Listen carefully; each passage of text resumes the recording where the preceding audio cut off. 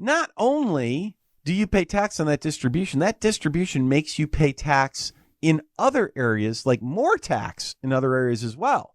So, for example, you take money out of a 401k in retirement. Like, okay, I pay tax on that. I'm done, right? You're not done.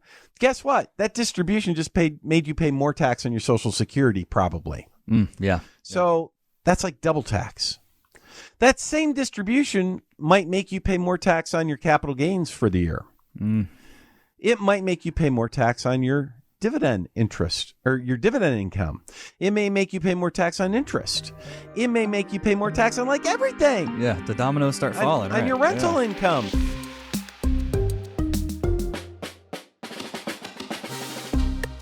Welcome to Retirement Today. I'm your co-host, Jonathan Berkland, and with me here in the studio is Michael Reese, certified financial planning professional for over 25 years, helping families and individuals just like you get to and through retirement with success, right? And Mike, how are you doing today? As always, we're doing fantastic. Yeah, I'm excited about tonight's show, or about today's show. Yeah, me too. You got a great topic lined up, something we're excited about, retiring right? That's what it's all about. That's correct. We want to talk about what it takes to plan to retire right. And right is an acronym. Yeah. I'm just happy I could say the word acronym without tripping over myself. An acronym. R means these are the areas you have to plan for when it comes to your retirement. So if you're already retired, this is important. If you're not yet retired, let's say you're going to retire, you want to retire in the next, 3, 5, 10 years. This is the kind of stuff that you must get right with your planning. It's not an option. And the R stands for risk. You got to have manage your risk on your portfolio. The markets this year are very exciting. So indeed, right? It seems like they're either up 100, down 100. But through the end of May or going into May, markets are almost at Nasdaq's well into bear market, which means more than 20% down. The Dow and the S&P working its way there, trying really hard to avoid it, but, flirting. Yeah. Got to manage your risks. That's number one. The I stands for income. You got to have an income plan. That no income, no retirement, right? Yes, absolutely. Income, right? Yeah, retirement's like 20 to 30 years of unemployment. Mm-hmm. So you got to have income. The G is growth. There's this thing going on right now, Jonathan. I don't know if you've heard of this, but it's called inflation. Right? Yeah, it's sneaking up on us, right? And we're feeling it now. Yeah, what is going on there? But anyway, you got to have growth in your portfolio to account for that. Mm-hmm. H, healthcare. Just talk about inflation at the grocery store. How about inflation at the doctor's office? That's crazy. It just keeps going. And then T is taxes. Our favorite. Yeah. In fact, I had an event the other day where I was talking to a group of people about tax planning in retirement. And, one of the things, Jonathan, that I think a lot of people don't know is that if you structure your accounts appropriately, you can enjoy, provided you have enough money, you can enjoy a 6-figure income in retirement 100% tax-free. Tax-free. I mean, can you imagine that? Like, hey, I've got $10,000 a month coming in for retirement income, and it's 100% tax-free. It almost sounds too good to be true. But it's possible. It's possible. Yes, but it depends on. It's not possible for everyone though, because it depends on your situation. I mean, if you have a big pension, for example, not going to work. Right. If you have a lot of money coming in from rental income, it may not work.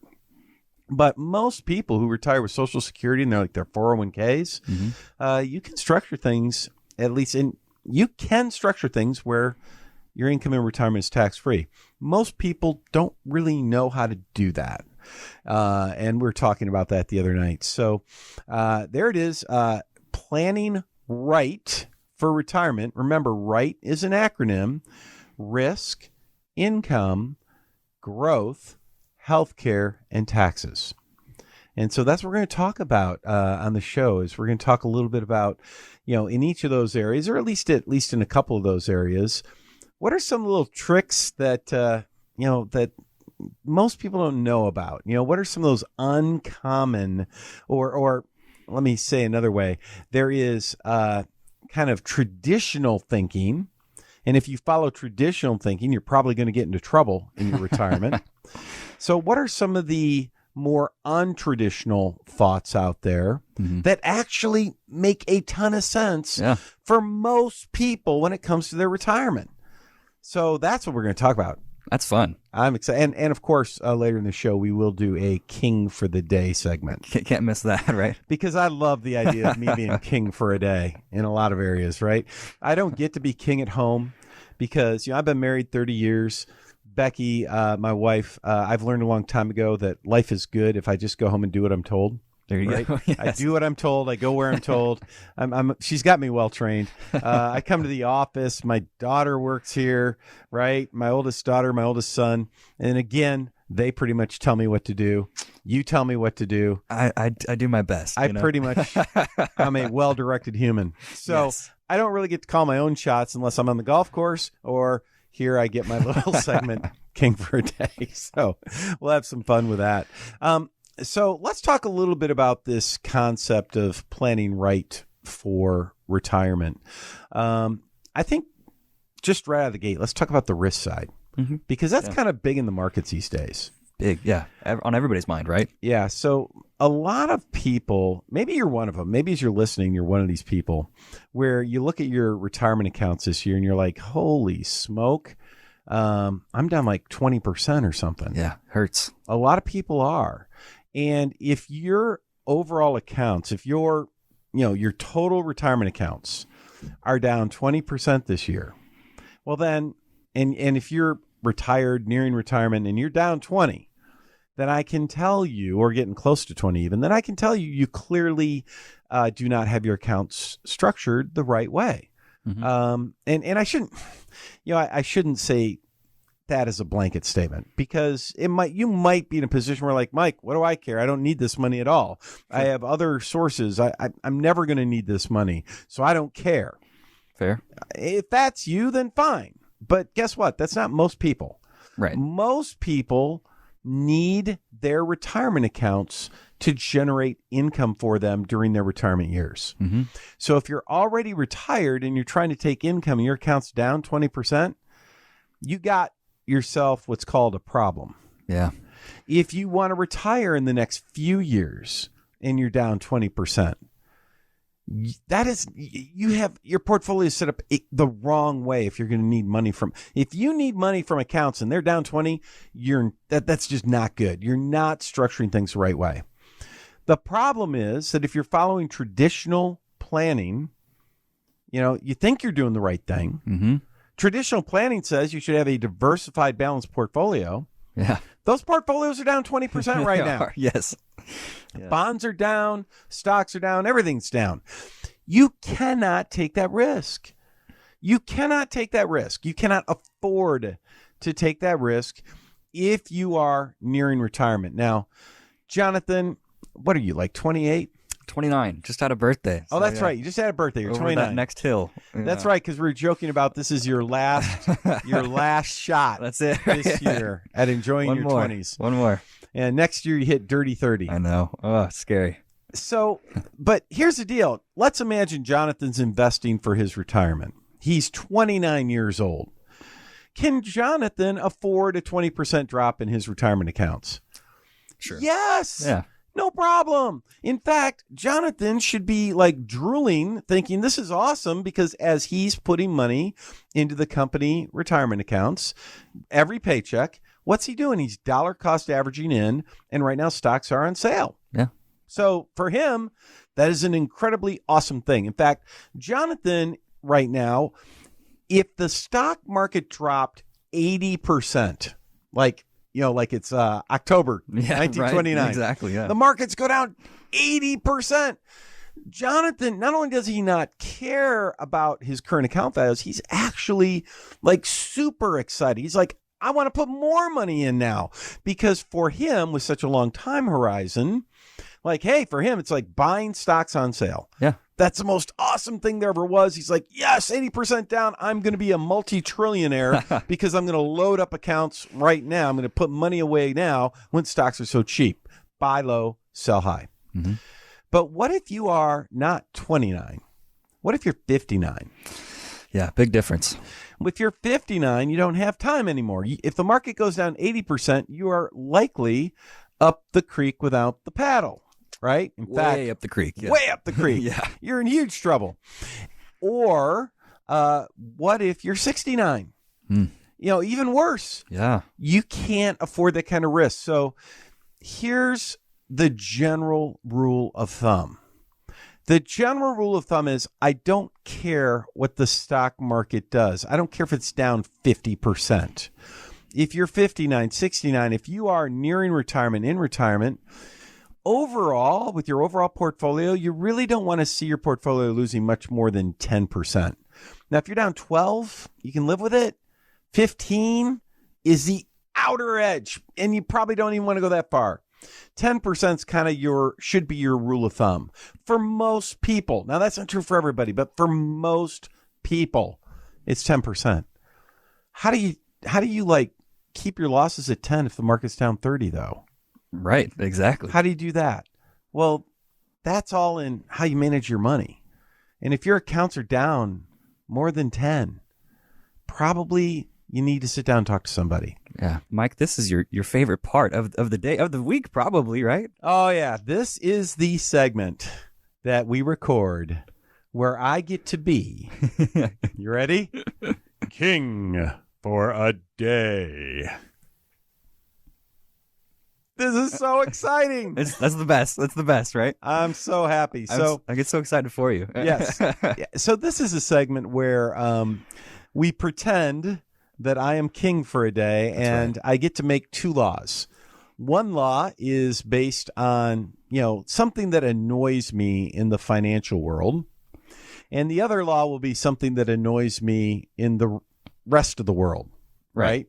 So, and I made some rulings here in the past that I think all of us can agree are, in the financial world, I think we can all agree are, those are reasonable rulings. Mm-hmm. In the real world, we can all agree that sometimes I'm just goofy. No, never. Right? Not me. Here's a good example. Here would be a law that we might pass in our little king for a day world here. We might say, hey, if you are driving and someone turns without using their blinker, which is annoying for most of us, you now have the right to blow up their car with a bazooka, something like that, right? Right. Got to have a little fun. So a crazy, non-lethal bazooka, of course, unless they do it like 3 times, and then it can be lethal. But anyway, let's focus on the financial world first. Like, what annoys me in the financial world? So you ready for this one? On the edge of my seat, yes. What annoys me in the financial world are people who call themselves advisors, who are essentially selling one financial tool, and they want to tell you that this tool is the answer to everything. So I'll give you a couple examples. It might be a financial advisor that only manages money in the markets. So all they do is managed money. Right. And they want to tell you we can solve every problem through managed money accounts. Okay. Anybody who knows how finances work or how the financial world works knows that's a ridiculous thing. That is absolutely untrue. But the problem is that a lot of your average people, they don't know. Right. It's not because it's not their world. It's like me going to a car, like let's say I need my car fixed. Something's wrong with the engine. Right. If I go to, the car repair place or the dealer, I don't know anything about fixing an engine. Whatever they tell me, I'm going to believe. Right. And a lot of people, it's like that in the financial world. They don't know the financial world. They're just looking for someone they can trust. Mm-hmm. And they meet someone. They're like, oh, they seem trustworthy. And they just accept what that person says. I think it should be illegal for any financial advisor, anyone that calls himself an advisor, if they are not licensed and they do not offer every financial tool out there, I think they should not be allowed to practice. That's what I think. So I like it. So it might be managed money. Another one you get is people who are pushing these real estate schemes as though that's going to fix everything. Yes. Oh, does everything. It provides income, it provides growth, and there's no risk, they say. One-stop shop, yeah. Oh my gosh. No, that's also no. There's no such thing as a silver bullet, no perfect financial solution. You also see people selling annuities doing this stuff. Yeah. Right? Hey, this annuity, it fixes every single problem, right? You want to put all your money in annuities, it fixes everything. No, here's reality. Reality is that annuities, are they good or bad? No, they're neither. It depends on, are you using them for the right situation? Real estate programs, are they good or bad? No. It all depends. Are you using them for the right situation? Managed money, good or bad? No, it all depends. The reality is that for most people, no one of those things will fix everything. We know that. But what's true? For most people, maybe some mix. A little of everything is what is probably the right solution. And it annoys me to no end that you get these people out there who are calling themselves financial advisors. They are not licensed or able to do everything, use all the tools. So what do? They try to make their one tool that they are in charge of or that they do the answer to everything when it's not. So I think this is the new law. All right, let's hear it. That I think we should do.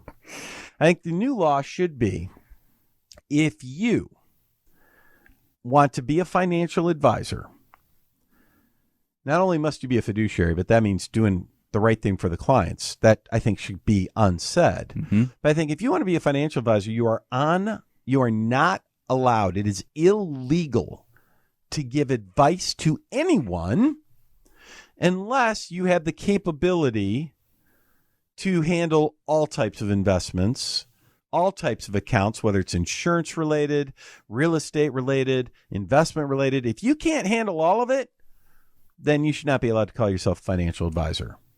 What do you think about that idea? Yeah, it's bold, but I like it. It makes a lot of sense. Yeah, it would require financial advisors actually to do their jobs. Right. Actually take care of clients the right way. How stunning. Yeah. So there we go. I'm going with it. It is law, and it is so written. All right, that's a good one. Now we got to have our fun one. That was a good one. Yeah, let's have some fun. That was fun though. I enjoyed that one. Okay, here we go. Fun one. All right. I have something I'm annoyed with. Okay. Oh boy. I was driving here in the Austin area, driving up to Georgetown yesterday. And you know how I was coming off of 45, the toll road, right, onto 35 North. Oh, that's a fun spot, right? And it's all lined up. Yeah, right. Back bumper to bumper. Yep. Now, the reason it's lined up is because both eastbound 45 and westbound 45, when you go north, there's these big ramps, and they come together and then they merge into one lane. Right? Now, if you know anything about how this is supposed to work, the way it is supposed to work is that it's called a zipper, is what it's supposed to be. You're supposed to have both lanes full all the way up to the merge point, and then each car takes a turn going in. Right? So I'm doing this, and some bozo in this Chevy Suburban, he's sitting in one lane, and the people coming from, heading west on 45 and turning north, that lane, it's not as busy, so people are driving up closer to the zipper point. Right. This bozo in a Chevy Suburban decides he doesn't like that. He thinks these people are trying to cut in front of him or something because he doesn't know basic traffic patterns. Yes, sounds like it. And so he decides, and you've seen this happen, he decides he's going to turn his car out into the middle lane to try to block. Yeah. He's trying to cover both lanes to block these people from doing what they're supposed to be doing, which is go up. And the reason I see it all is because I'm right behind him. Yeah. And I'm like, you idiot. And he almost causes 2 different accidents because he keeps pushing out to the right because he's just so annoyed by these people who are following the rules. Right. He's the idiot that doesn't know what's going on. By the way, if you're the person listening and that was you, I'm sorry for calling you an idiot on air, but you were being stupid. Don't do that again. So here's the deal, though. When you have a merge, if you talk to anyone that knows anything about traffic patterns, you are supposed to fill up both lanes and then take turns like a zipper, right? Going forward into the one lane. And I am just so annoyed by people that, because they don't know the rules, they try to block traffic because, oh, no, you shouldn't cut or something like that. So I think the new law should be, I might have to bring my bazooka into play here. Okay. Right? Yeah. I think if you are caught doing that one time, then you should, I don't think, everybody makes mistakes, so I think you should get a warning. A little pass, yeah. A little warning. Sure. So if you do this once, then other motorists are allowed to put some kind of sticker on your car, on your windshield saying, you have violated basic traffic patterns. Shame on you. Yeah. The shameful sticker. I think we all get a shameful sticker, like one pass. If you do it twice, let's say you do it a second time, even though you've got the shameful sticker. Oh, yeah, yeah. Now other motorists are allowed to take a gallon of red paint and just splash it on your car. Oh, man. That's rough. That's rough.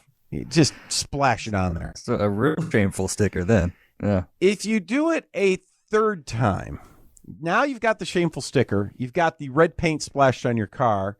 So you clearly, doing it a third time, are unteachable. Indeed. At this point, I don't think you should be allowed to breed. I think at this point, it is acceptable for other motorists to pull out their bazookas and just blow you to smithereens. That's it. You're done. So for my new fun law, people who violate the zipper rule when coming up to a merge, right, to where two lanes go into one, if you block traffic, first, shameful sticker. Second, violation, big gallons of red paint thrown on your car. Third, you are bazooka out to smithereens.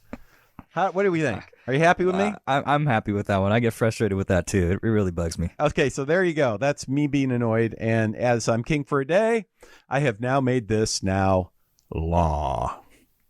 I love retiring right, but bazooking people because they can't drive is the next level. Every time I think about that, my mind goes back to the, remember, I'm sure you watched cartoons when you watched The Coyote and the Roadrunner. Yeah. Oh, yes. And the Coyote buying everything from Acme to try to blow up the Roadrunner. Everything backfires on him. But that's what I'm thinking of in my mind when I'm thinking about, using a bazooka to blow up cars for violating basic principles. But anyway, let's get past that and move on to some serious work here. We're talking about retiring right.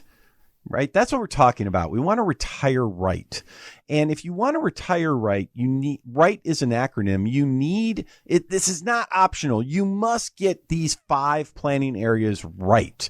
And right is RIGHT. R stands for managing risk. I stands for having an income plan. G is having a plan for growth of your money. H is managing healthcare. T is managing taxes.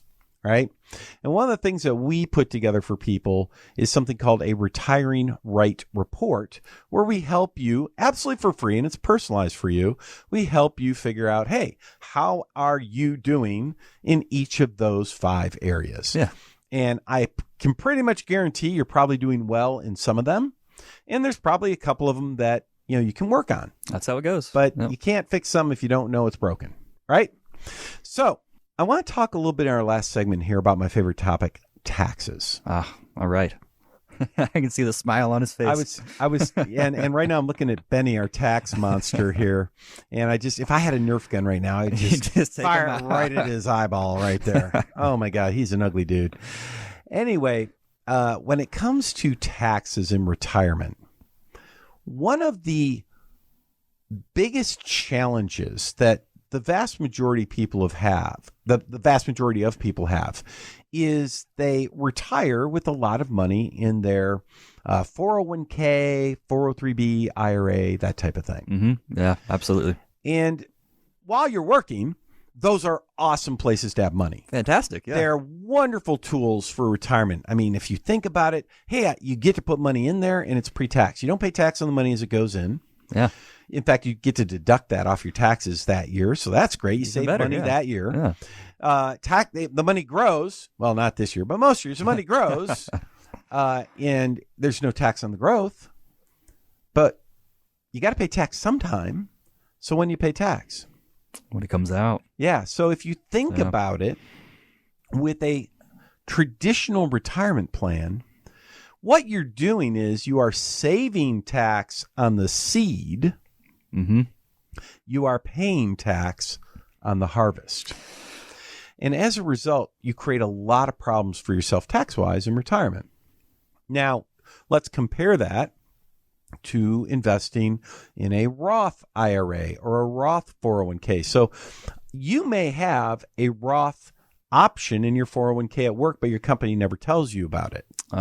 Do you know why? Now, your company tells all the new people they're hiring about it. Why don't they tell you? I had this happen the other day. A gal came to me. She's like, yeah, I've been working in this company for 20 years. I said, do you have a Roth option in your 401k? She says, I don't think so. I said, why don't you ask? Well, it turns out they've had a Roth option for like the past 5+ years. They never told her. Why didn't the company tell her, do you think? Here's why. If they tell her and she switches to a Roth, suddenly the company owes more tax on her income. And for large companies, telling your workforce, hey, did you know we have a Roth option available in our 401k? And they have, thousands of workers suddenly switch from regular to Roth.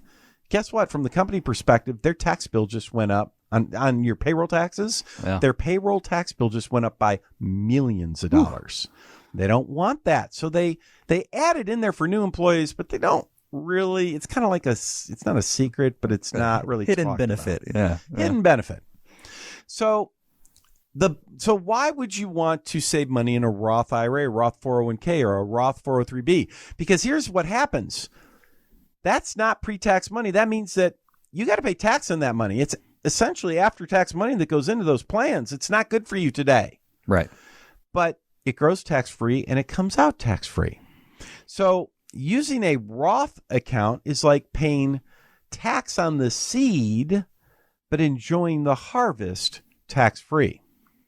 And I would much rather enjoy the harvest tax-free than the seed tax-free. Indeed. Because the harvest is bigger. Yeah, yes. If you do anything right, yes, it will be bigger. But here are all the reasons. Now, if you think about it, though, once you're retired and you start taking money out of your 401k for income, you know that you owe tax on that, right? And for most people, like, yeah, I pay tax on that. What's a big deal? Mm-hmm. Here's the big deal. Not only do you pay tax on that distribution makes you pay tax in other areas, like more tax in other areas as well. So, for example, you take money out of a 401k in retirement. Like, okay, I pay tax on that. I'm done, right? You're not done. Guess what? That distribution just made you pay more tax on your Social Security, probably. Yeah. So that's like double tax. That same distribution might make you pay more tax on your capital gains for the year. It might make you pay more tax on your dividend interest or your dividend income. It may make you pay more tax on interest. It may make you pay more tax on like everything. Yeah, the dominoes start falling. On your rental income. I mean, it's like that distribution from your 401k, not only is it taxed, but many times it makes you pay more tax everywhere else on your tax return. So you get double taxed, triple taxed, quadruple taxed, all because you pulled money from a retirement account. People don't know that because nobody talks about tax planning. They talk about tax preparation maybe, but nobody talks about tax planning. So how do you protect yourself? Because for a lot of people, I mean, if you've done a good job saving for retirement, you may find yourself paying more tax in retirement than you were paying when you were working. I see it every day. Yes. Right? Very common. And especially when you get to required distributions. That's the other thing with these accounts. 401ks, 403bs, 457 plans, IRAs, all these traditional accounts, they're the only accounts out there in the tax code that make you pull money out. They are forced distributions once you hit a certain age 72. The magic age. You're required to pull money out even if you don't want to. And every year you got to pull out more and more and more and more and more, which means you pay more and more tax on the distribution, more and more tax on Social Security, more and more tax on everything. It's like you're caught in this vicious cycle. Yeah. Mm-hmm. So I was talking to this couple the other day. They were 72 years old. Mm. And they were asking me, like, they said, my accountant told me we're too old to do Roth conversions. Oh. Mm-hmm. I hear that a lot. Yeah. Yeah. I'm too old to do Roth conversions. I make too much money to do Roth conversions. We're earning income, so I can't do Roth conversions. Here's the reality. The law says anyone at any age, at any income, who has an IRA or a 401k, you have the right to convert that to a Roth if you want. Any portion of it or all of it. You have that right. There's no restrictions. So don't let anybody tell you there are. But here's the deal. You got to do the math to see if that makes sense. Yeah. Now, this couple, 72, guess what? It did not make sense to convert their entire IRA to Roth. It made a ton of sense, however, to convert half of it. Oh, okay. So even though they're 72 years old, they're already starting to take minimum required distributions. It still made sense to do conversion for part of their money, which helped them reduce their required distributions in following years. Yeah, in the long run. So right? Better off. So traditional thinking, you make a lot of money or you're too old, you can't do Roth conversions. That's not good thinking. That's probably dumb thinking. Smart thinking, retiring right thinking, is evaluating whether it makes sense or not, regardless of your age. I had a guy come in, Jonathan, who was 83 years old. Okay. $1.3 million in his IRA. Ooh. The purpose of that IRA was not for him. It was for his children. Oh, and he's just getting hit with RMDs. He's getting slammed in RMDs, and his kids were all in like really high tax brackets. They're real successful. Okay. It made sense for him to convert all of it in 1 year. Wow. The math said convert it. How weird, right? You wouldn't expect that. No. He's 83. 83, yeah. Right? But convert all of it in 1 year. I mean, that stuff happens. And here you got to ask yourself the question as you're listening to me, who's helping you with those decisions? And if no one's helping you, call our office now. Let's get your retiring right report. It's personalized for you. The T in right is taxes. It helps you, let's help you look at your tax planning. Do you have opportunities, like oftentimes big opportunities? You have to have at least $200,000 saved for retirement. As long as you qualify, call right now. It's your last chance. Jonathan, what's the number? Give us a call at 512-886-5850. Again, 512-886-5850. It is after hours. You're going to get our answering service. They'll set up a time for you to talk to Jonathan to get started. It takes 15, 20 minutes? Yeah, it's not painful. Promise. You gather their information, and we put the report together for them. It's free. It's personalized. Why wouldn't you do it? So I'm imagining old me, pulling out my phone, typing it in. Wise Mike, right? Wise Mike. Wise Mike. The number 512-886-5850. Give us a call now. Let's get this report for you. No reason not to. All right, that's our show this week. We will see you and talk to you again next week. Take care, everyone.